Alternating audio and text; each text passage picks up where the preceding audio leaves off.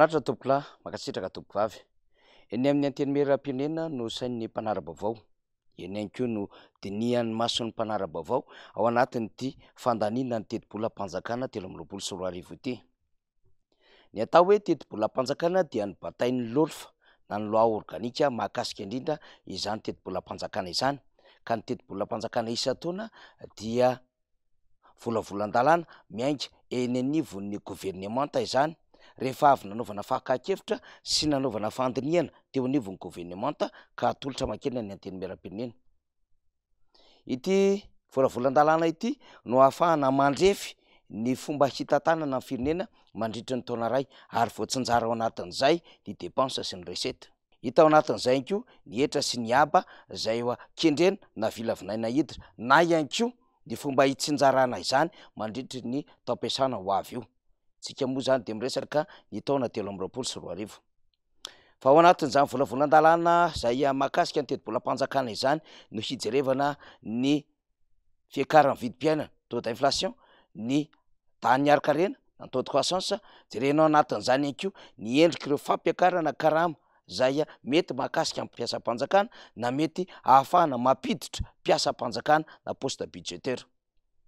Io ihany koa no hitsinjarana ireo vola izay ampiasainy ireo androm-panjakana samihafa eto Madagasikara.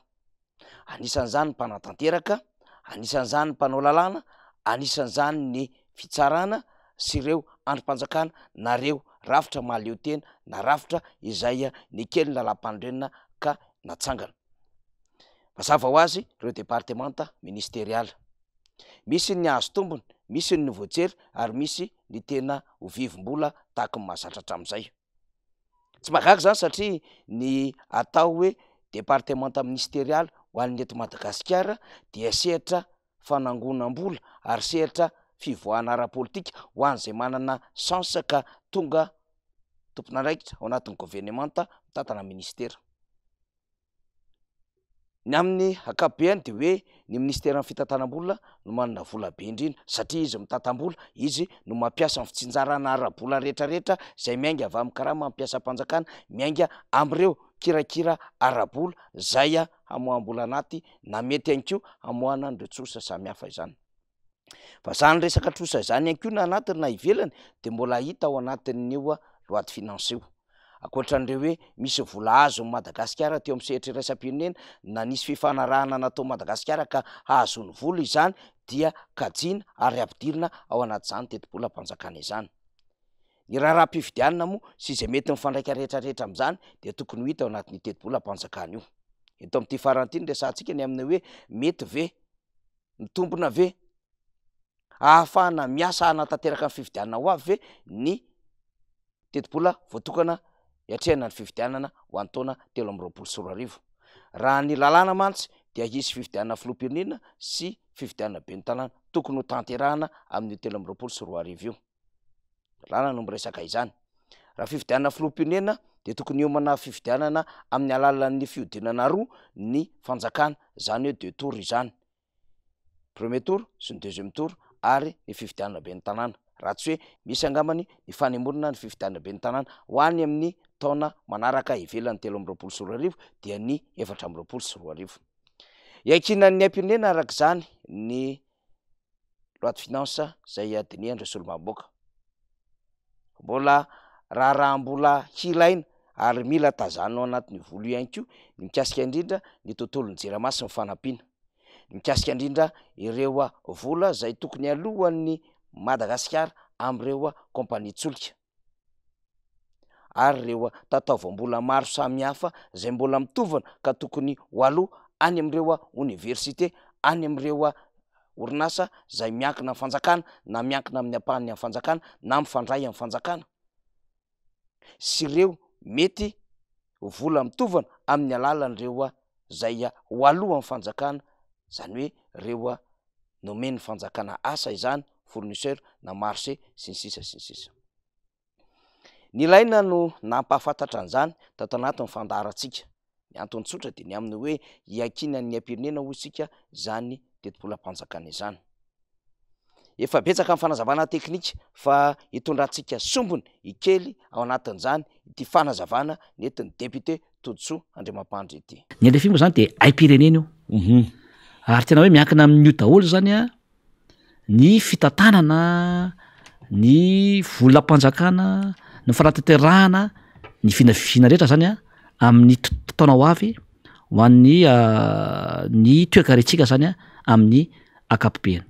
Ny voalohany zany faniry io LFI io dia tsy mitondra ny vahoaka malagasy any amina fampandrosoana, tsy manamaivana ny vesatry ny vidim-piainana eto Madagasikara, tsy mba mijery ny maro anisa, zany hoe ireo olona sahirana sy ny tatsahazany a ity LFI ity. Ny taux d'inflation nge am'zao fotoana zao de miakatra zao tsika miteny zao a teo alohan'ny tsika miteny zao zany a de efa 9,8%. Ny taux d'inflation na ny tahan'ny fiakaran'ny vidim-piainana eto Madagasikara efa kely tsisy 0,2% tsy ho 10%.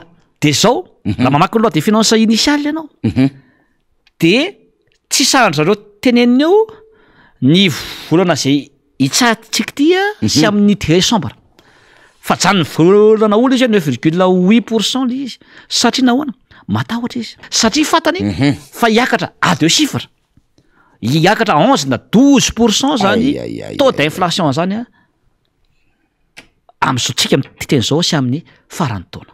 Zany hoe rehefa à deux chiffres izy de hyperinflation zay indrindra ny anarany. Izy zany hoe raha tena nanao any LFI zany izy ka hijery ny tombotsoan'ny voaka sy ny firenena de tokony isy an'izay faniry stratégie anaovana andreo teneniko reo ary tokony iompana any amin'ny fambolena sy ny fiompiana satria zay no maro anisa tokony nampiakarina zany a ny teti-bola ho an'izy ireo. Ary teo aritsika tamin'ny 2019-2020 mihiba nge moins 7,6% ny taux de croissance teto Madagasikara amin'ny fomba ahoana nanampiakarinao an'izany. Aza manantena an'io zany tsika ry vahoaka malagasy amin'ny taona ho avy zany satria aim-pirenena le loi de finance initiale tsy mitsinjo ny fiainantsika vahoaka io, tsy mitsinjo ny tantsaha io, tsy mitsinjo ny chômeur io, tsy mitsinjo ny mpandrara io, resaka solika. Voalaza koa zany ao anatin'io fa ny TVA zay ilaina amin'ny solika am'izao dia 5.0 isan-jato de mampime an'lizy sady mahatsikaiky de hoe mety hisondrotra, mety ozy mety hisondrotra 20% ny etra zany atao amin'ny solika, mety mila précision ianao raha manoratra loi de finance akarina ndray zany izy tokony miteny ianao hoe akarina 20% le izy ny atsaihetsika le izy na hoe ahidina le izy fa hoe mety hiakatra ozy izy tena manoko totoa tena kitotoa le zavatra mety ahoana précision io chiffre io anatina loi de finance chiffre de fanazavana mety ozy izy le izy satria matahotra le vahoaka malagasy zany ao anatin'le izy hoe satria rehefa miakatra ny solika de miakatra daholy na ny vidim-piainana na ny frais na ny ofatrano ao anatin'izay. Ino ny fanazavana nentin'ny député Todsoa Andriamampandry voafidy tao amboribory tany fahenina fa fanontaniana mipetraka de hoe ny député maro anisa ve ary tondrolontsika amin'izany mihitsiny mahafantatra sy mahay mamaky tsara ny ao anatin'izany teti-bolam-panjakana izany. Ampy azy ireo ve ny fotoana zay nandefasana ity teti-bola ity tenivon'ny antenimieram-pirenena ka namakina izany pejy amanarivony zany. Azon'izy ireo ve ireo fifanoheran-dahatsoratra, azon'izy ireo ve ny politika akabian'ny fanjakana nandrafetana io teti-bola io sady hijanona maro anisam-panangatanana fotsiny ihany hiatrehana amin'le hoe zay mibaiko-panjakana, zay nitery, zay no tsy maintsy hoekena, zay efa nanosiny tamin'ny fotoana naneken'izy ireo fa solom-bavim-baoaka amin'ny alalan'ny RD.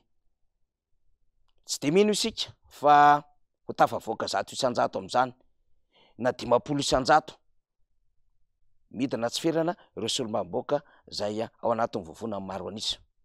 Miteny izany tsika satria tao anatin'izy ireo anie de tsisy kritera na teknisiana afaka andalina sy andinika izany sasany de ny atsona mamaika fotsiny satria nikendry ny azo amin'ny maro anisa ny mpitondra fanjakana am'izao fotoana izao ka tsy nijerevana tsony ny amin'ny hoe ahoana mifaripahalalana ny solombavambaoka ray raha andinika lalàna lehibe satria androm-panjakana mpanao lalàna io ka lalàna sy kirakira rabola mahakasika any dehibe ny firenena ary fakatoavan-dalàna sy fakatoavana an'ireo fifanarahany iraisam-pirenena no hodiniano anatin'izany afaka hiadevitra an'izany ary afaka mijoro hiaro an'izany ve ny solombavambaoka ny maro anisa miaradia ny fitondram-panjakana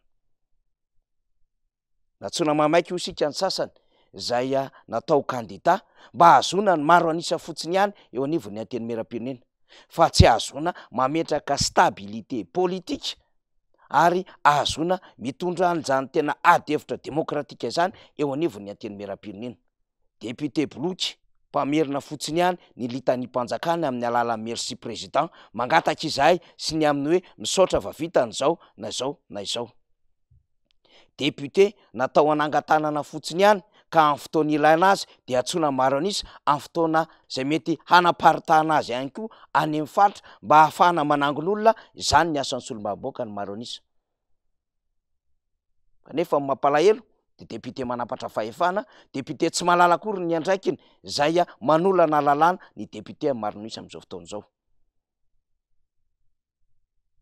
ahoana no ianteherana seritseretana fa izany ny tena endriky ny demokrasia izany ny endriky ny fanjakana tsara tatana fanjakana tandalàna ahoana no eritreretana fa hiteraka fitoniana ara-ekônomika ara-sosialy ny fananana solombavambaoka zay tsy mahafantatra akory ny andraikiny sy ny asany fa manao tao foana ary manangatanana amin'ny zavatra tsy tokony hananganatana fa baikona noho ny appartenance politique na ny fironana politika zay nanendry azy ireo de zany zava-misy eto Madagasikara zany no solombavambaoka ny maro anisa ankehitriny aty amin'ny repoblika fahaefatra manaraka akaiky isika hitondrantsika fandalinana indray araky ny fivoarany raharaha androany izay aloha ny atreto makasitraka toboky lahy makatelona toboky vavy